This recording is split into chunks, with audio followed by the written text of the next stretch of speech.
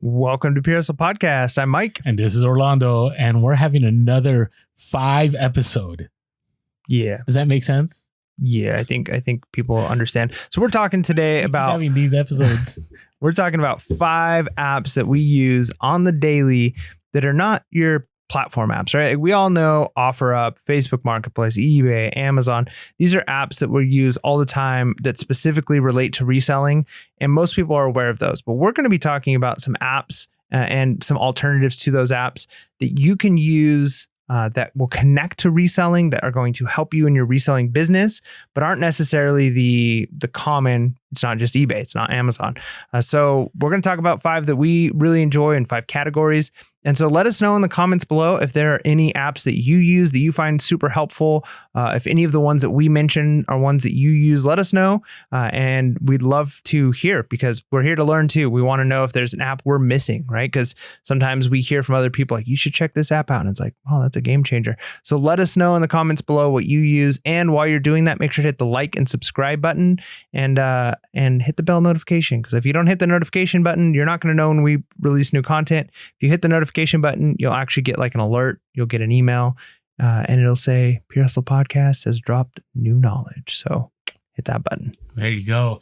So the first one I think people know about it, but it's hard to comprehend it as something that you can use for reselling, right? And it's the Nextdoor app, and it's the app, and we'll put a picture in the middle of the screen of what it looks like, so you can find it on your phone. It's on iOS and Android, correct? Mm-hmm. And I've used the Nextdoor app for reselling multiple times. Now, there's multiple ways to use it. So Nextdoor is basically, I'd call it the neighborhood watch app. Yeah. I mean, neighborhood drama. I mean, if you're ever bored, like, it's a great way to just read drama happening, like those crazy kids down the street, or, people yelling about something. And then when it gets political, it's even funny. But let's talk about reselling. All right. So this is how I'm using reselling. One is it allows me to get connected to my immediate neighborhood. So usually when you do the Nextdoor app, it connects you, I don't know how many mile range, but it's your neighborhood. It's where you live. And so I've been able, through the Nextdoor app, been able to make connections. So sometimes when somebody is like, hey, I'm looking for something, or anybody have any advice, I've helped people out, and then it gives me a connection, right? And so whenever that person says they have something available or they're trying to offload something, guess what? I'm on there. They know who I am. And sometimes I've been able to pick up free stuff from the Nextdoor app. Yeah, no, it's really good for that kind of stuff. For sometimes people even post like, giving away a dresser or giving away this. So sometimes you can kind of use it for that, almost like a Craigslist, like things people are selling. But I think making connections is key. Plus, it helps you to be aware of what's important in your community, right? Certain areas, people do farming or they do certain things. And so you'll see lots of things like in the area I'm at, there's lots of ads on like, beekeeping stuff and this and that. And what that does is it lets me know there's a market for these things here. I can pick up these types of things here. I could sell these types of things here locally. Deals, yes. Yeah. Very So good. It really helps you to kind of be aware of what the climate in your area is, what kind of things people are buying, looking for, what their interests are. So it really connects you to your neighborhood. You can build a relationship with people. And like Orlando said, sometimes it's just fun to get involved in the drama. Now, there is a classified section. So kind of like Facebook Marketplace, like OfferUp, and it's way less competitive. I don't know about you guys, but Facebook Marketplace, the source in San Diego, is crazy. I've made deals and I've been able to get stuff, but you got to be on it. With the Nextdoor, it's pretty simple because it's in your neighborhood. And so it's a quick drive. And usually people, let's say we're in East County, San Diego, people from Northern San Diego aren't on the same app, or at least in that same part of the app. And so if something shows up on the classifieds there, unless they're specifically looking for it, they may not see it. And I've gotten some great deals. One of my best deals for baseball gear was somebody that had been coaching a little league team, and they had all these bats and they had these baseball gloves, and no one had given them an offer because it's limited in scope. And so I just messaged them. I said, hey, listen, can we do $20? I can show up in about 5 minutes. I'll pick up. And sure enough, he's like, no problem. $20, and made several $100s off that pickup. So if you haven't invested into the Nextdoor app, which is free, by the way, I definitely would do that. I think it's a great app. It's a good one. All right. This next one we've talked about a lot. You want to talk about this one? Yeah, no, especially we've talked about this one recently. So we've started using PhotoRoom. We had some Insta stories not too long ago. We were kind of advertising how great PhotoRoom is. And it's true now. Luckily, we were very excited when eBay started to do the remove background because what was it, like a year and a half ago, maybe 2 years ago, when I found remove.bg, and it was a game changer, but you got smaller outputs. You had to do them one at a time. It was very time consuming, but you could take pretty much any picture, remove the background. It was pretty clean. The process took a long time. With PhotoRoom, you have the ability to, if you get the pro subscription, now without the pro subscription, you can remove one at a time. It's got a lot of other cool features, especially if you're selling on platforms like Depop and things where you want backgrounds on your images. You don't just want a shirt with a white background, but you want like cool things.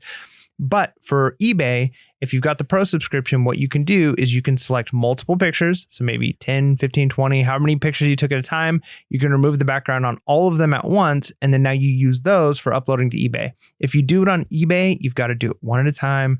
Takes a long time. And the algorithm isn't as neat. Yeah, it's very true. I mean, PhotoRoom is like incredible. Yeah. Like every once in a while, there might be something that it oversimplifies or it doesn't remove something, but you can fix that pretty easy. Yeah, and the nice thing too is you kind of learn. Like I was using PhotoRoom today, and I took a bunch of pictures of things that had white boxes, and I was taking it with the white background. Ran into some problems.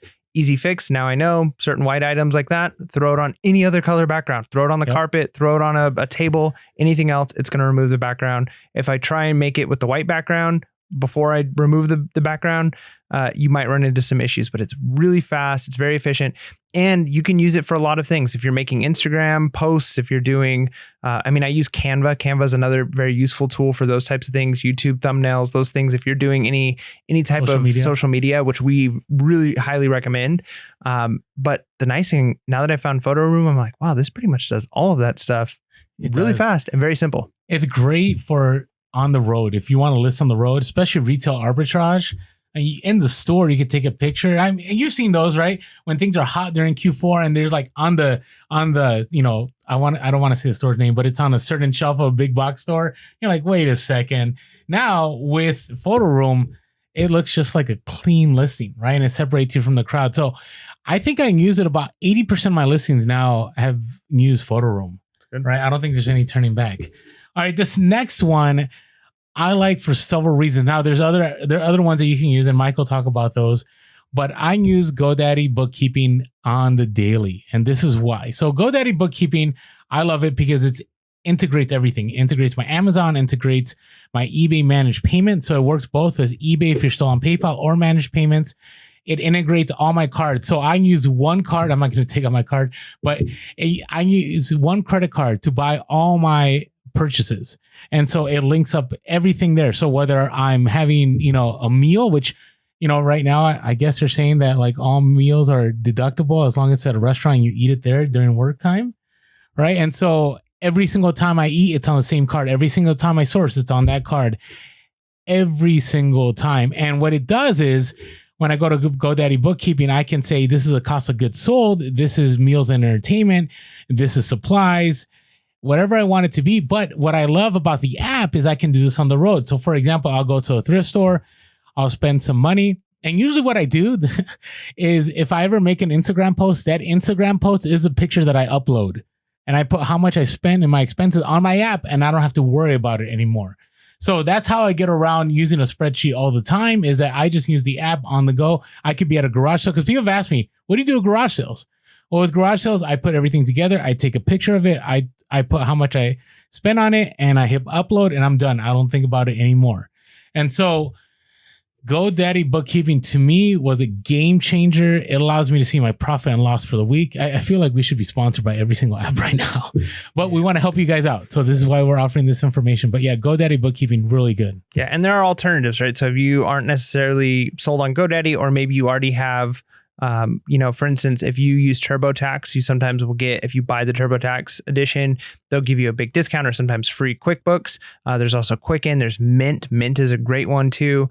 You can use a lot of these even for personal finance, right? So Mint, you can break up and you can have your personal budget. We've talked a lot about budget when we did the Dave Ramsey book, and it'll keep track of all that stuff. And then you can have your business ones, and it monitors your expenses. You can link multiple bank accounts to it. It shows, and then again, it connects directly to, if you're doing your own taxes with TurboTax, if you go into a CPA, you can bring in this information and it's all there, and you're not just putting a box of receipts and saying, I don't know, hopefully there you go. So these are great tools to use. There's lots of options out there. And GoDaddy bookkeeping, QuickBooks, Quicken, Mint, these are all some that you could choose from. And to add to that one, it's about keeping things for tax purposes later on is MileIQ. Now, there's a bunch of other apps that work. I like MileIQ because that's all I've used. There may be a better app. Let us know in the comments. But what I like about MileIQ is that it's continuously running in the background. So even I've had it where I've gone, I don't want to admit to how long, but let's say 2 weeks, and I haven't been tracking my mileage. Well, MileIQ has, and all I have to do is swipe right, swipe left. If you're using dating apps, you should be a pro at that, right? So MileIQ works that wonder where I don't have to, old school, like take out the notebook and write how many miles I went or find a spreadsheet and put it on a spreadsheet. MileIQ puts that all together in a spreadsheet, and you can actually send that form to the IRS. I do it differently. I actually, use those forms and I transfer it to GoDaddy bookkeeping, and then I work with my tax person, whatever way you want to do it. But MileIQ it was a game changer. And you have to think about how much money you are preventing in loss by the time, because for example, if you went a whole year and you're part-time reselling and you didn't use this app and you didn't put that mileage, let's say you went, 200 miles a month. That's 2,400 miles in a year. You multiply that by, let's say it's $50, right? It's somewhere around there, right? By half a dollar. Okay. That's $1,200 of deduction that you cannot use on your taxes. You don't want to lose it on that money. So MileIQ is huge. It's a good one. Yep. Our next one is really an interesting one because you can use this in so many different ways, and it's Google Keep. Google Keep, and I would also argue Evernote is one that I use. That's my favorite, is Evernote. But both of these are tools that you can use. Let's say you see something on Craigslist. Okay, this is how I would use Evernote. I see something on Craigslist. I see something on OfferUp, and I'm like, ooh, that's a bolo. I've seen those before. I can add that to items to look for or prices. I have running list of brands, right? So I have Evernotes of certain brands, clothing brands, shoes brands, vintage audio brands.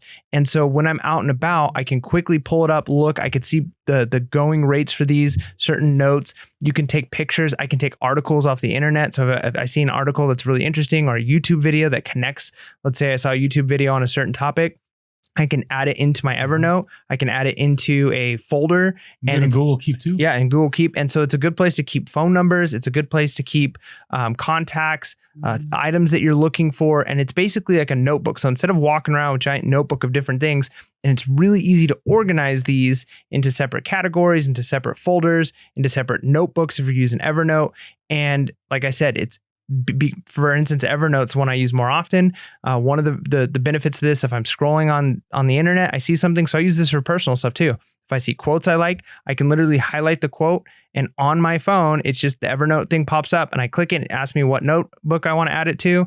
I hit it, boom, it's there. I see something I want to add goals. I track my goals, daily tasks, all of those things I add to Evernote, and it's one place.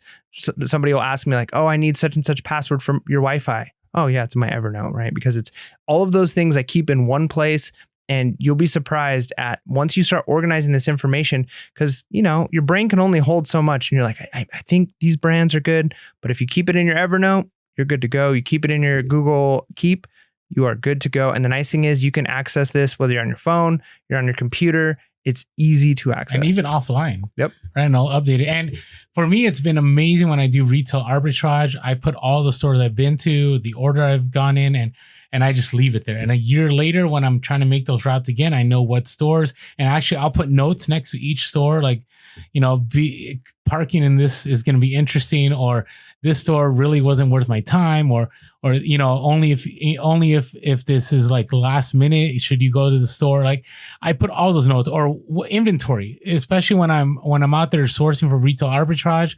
I put, all right, these are my bolos that I'm looking for, and I can update them. I can take them. I mean, you could do whatever you want with these. It's just a great place to store information that you can access from anywhere. So hopefully these 5 apps help you in your reselling business. These are not platform related, but they definitely will help you make profit. Yeah. And with that being said, make sure to be real, be relevant, and be reselling late. Peace.